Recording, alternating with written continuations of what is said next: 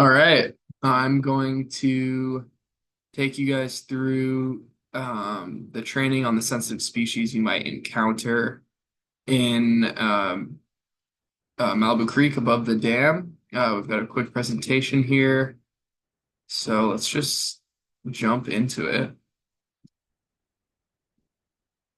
I'm Isaac Yelchin from RCD. I did the pre-construction survey, so I'll talk a little bit about the species that I did see. Not everything in this presentation is stuff that we saw, but it is things that it's possible you guys might encounter. So we want to make sure you're aware of all of this, and know how to properly avoid and kind of deal with stuff in the field.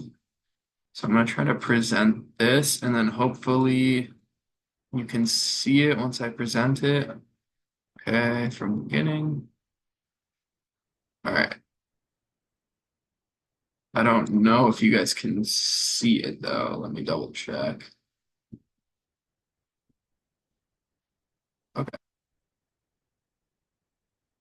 let's see. I'm gonna try to share the full presentation instead. Here we go.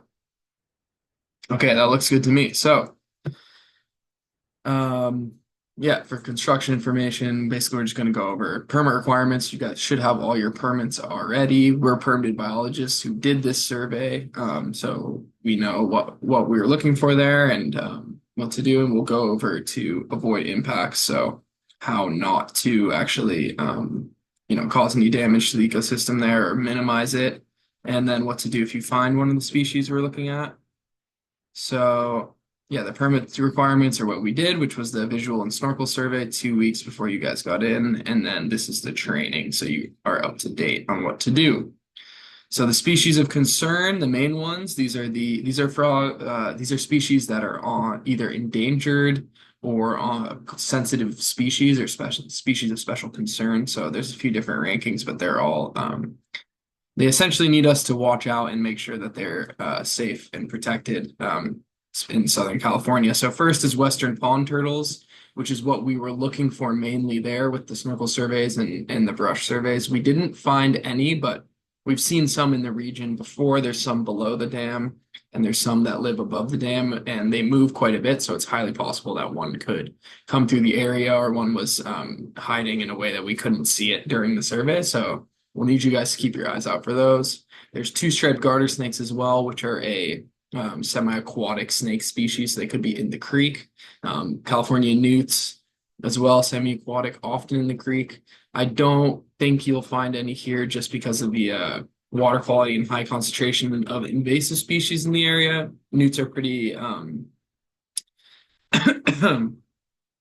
they are pretty sensitive to that kind of thing. They really avoid areas with a lot of disturbance and invasive. So, but you may see them. So we're going to go over it anyways. Mountain king snake as well. We'll take a closer look at that. That could be in the water on the banks up in the kind of along the side. So it's important to watch out for that.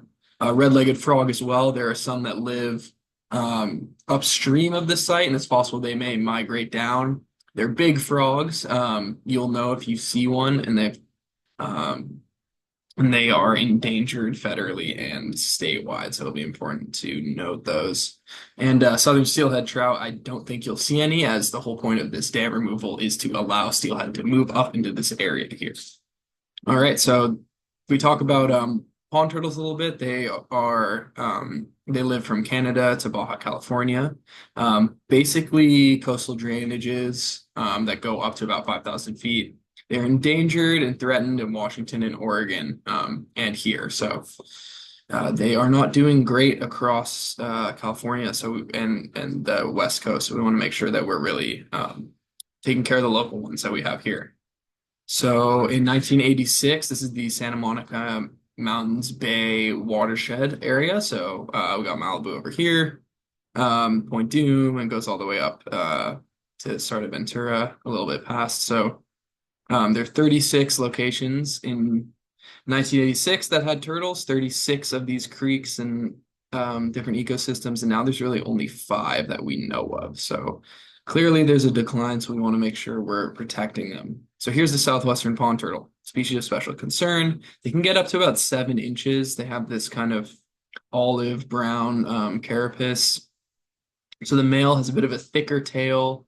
The cloaca is outside the shell, spermating, and its plastron, which is the bottom of the shell, is actually concaved in so that it can mount the female. So you can kind of tell that way if it's a male or a female.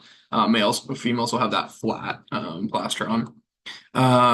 They like pools. They don't really like super fast moving water, slower moving water. And they'll kind of live in and around the water, and then there's certain times they'll go estivate up on the dry land for periods. Um, so in the spring, they'll lay their eggs kind of in burrows pretty close, maybe 500 meters to the pools. And the little turtles will hatch and then head down to the water. Um, and they can only eat when they're actually in the water. So it's important that we don't disturb the water too much if possible.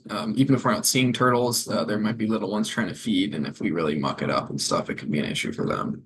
So here's a two-striped garter snake. Oh, and then quickly before I go back, if you see a pond turtle, we'll go over this again at the end, but you need to call me. And then if I don't answer, call Rosie. Both those phone numbers are provided.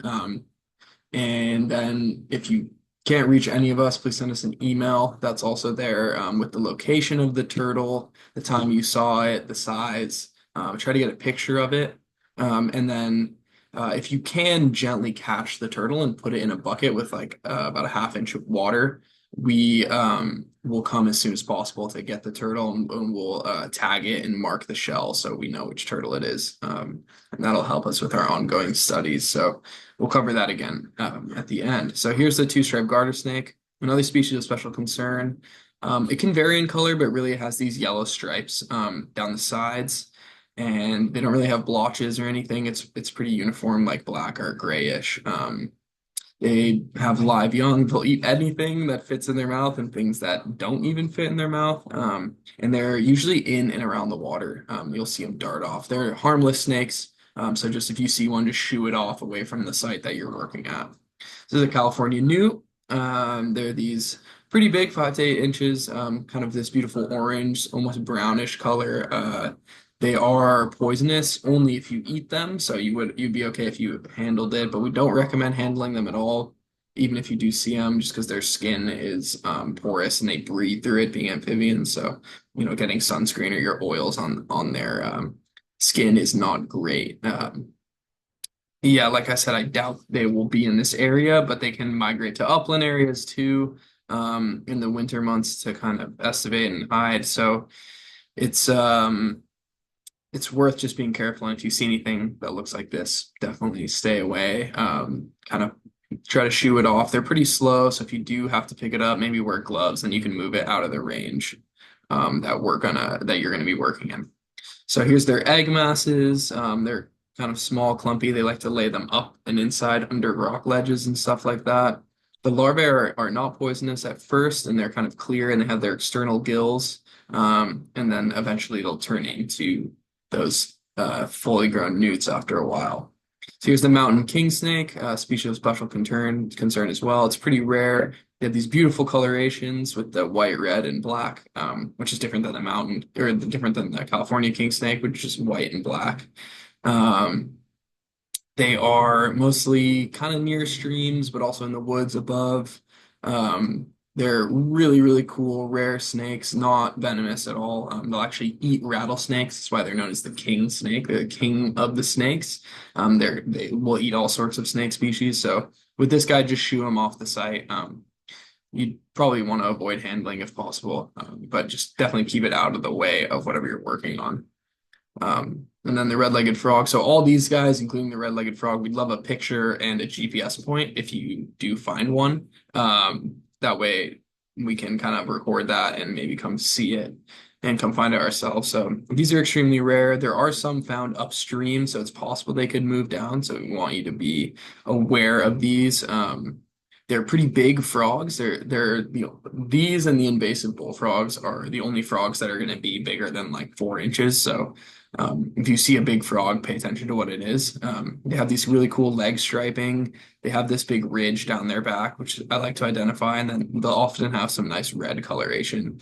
And they've got this kind of low roar call, which you should hear. Yeah, they like bigger, deeper pools with cattails and things. And then here's their egg mass. It's huge. I don't think they're laying eggs right now, but if you do see a big egg mass, let us know. Or any really massive tadpoles, they'll be quite large. Um, and then there's a few other species, Pacific tree frog, California tree frog. We'll take a look at these. So here's a Pacific. It's got this black stripe that runs through its eye. As you can see, there's a lot of variation in color. This one's green, this one's golden. They'll be kind of reddish. They can be brown. They can have stripes, but they'll always have that line that kind of goes from their nostril all the way through their eye and down the side of their head, that black or kind of grayish line. So that's how you'll tell what they are. They're smaller, maybe 1, 2 inches in length, but they are pretty common in this area. So you may see some. Same thing, just shoo them off. You could pick it up, but preferably with gloves if you have to. And here's their tadpoles and their egg mass. You may see some of this as well. And then you've got the California tree frog, which does not have the eye stripes. This is the only other tree frog species we have. They'll have this awesome kind of gray color, and they'll usually look almost exactly like whatever rock they're sitting on. And you can see even their eyeballs actually have the same camouflage that their body does, which is pretty interesting. So I haven't seen any there. You guys might see one or two. Similar thing, shoo them off. If they're in your way, you can move them with gloves.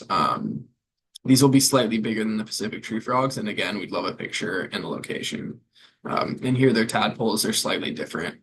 And then we have the Western toad as well, which you probably are more likely to see. They don't mind the kind of hotter, drier areas, like around where you're boring, they may be.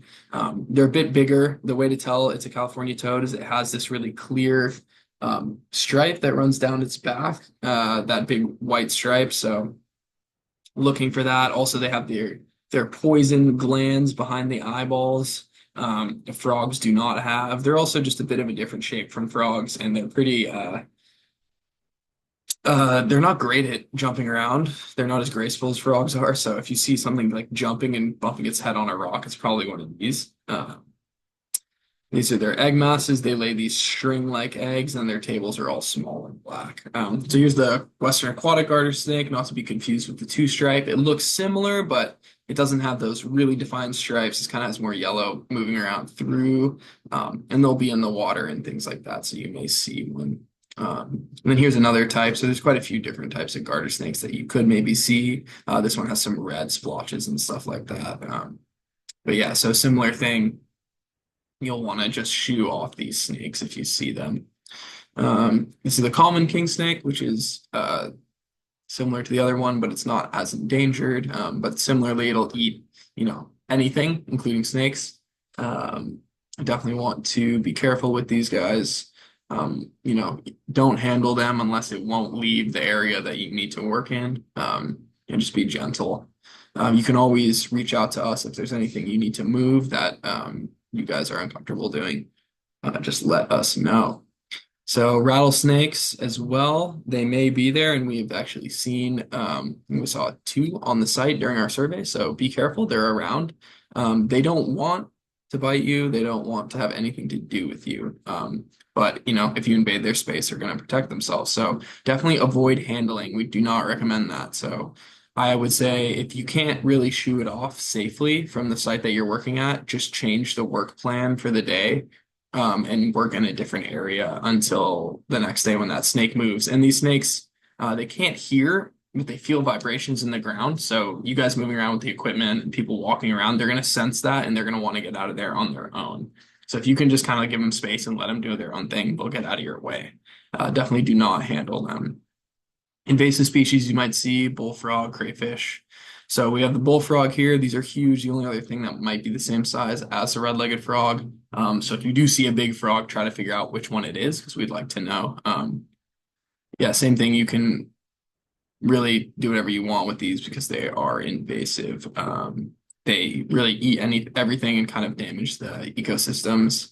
They have these huge tadpoles as well. Yeah, so kind of what we recommend for avoiding too many impacts is please do not discharge anything into the creek. So sediment or fluids, nothing into the creek. I'm assuming and hoping you have a way to dispose of anything that you need to discharge. Try not to remove too much vegetation, specifically riparian vegetation. We've given you notes on where different types of vegetation is, but I'm assuming you'll have to cut some willow and stuff to kind of get through the creek. Um, but really minimize the disruption of vegetation. Um, and yeah, so you also definitely want to take a look around these sites where you're actually drilling before you drill, just to make sure that there's nothing there. And then of course we'll be on call or on email, so you can reach out to us if you have any questions and you can provide photos or whatever makes it easier. And then here, so basically, like I said earlier, if you find a pond turtle, put it in the bucket with a little bit of water. Keep it water from the creek. And then keep it in the shade is important. You don't want them to heat up. And then I will try to get there and measure and tag it and everything and move it. If not, call Rosie.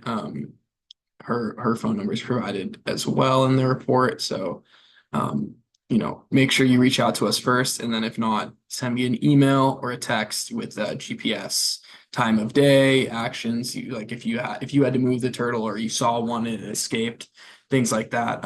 Let me know everything that happens, and there might also be pond turtle or not pond turtles, but red-eared sliders there, which are an invasive species of turtle. So if you do see one of those, let us know as well. And you can catch it too, and we'll figure that out. So, um, all right, that's pretty much it. Please email me or text me or whatever with any questions you had on this. Um, since this is a recording, I can't answer them now. So please do reach out with any questions. I believe your supervisors have my contact info. All right, great. I'm going to end this now.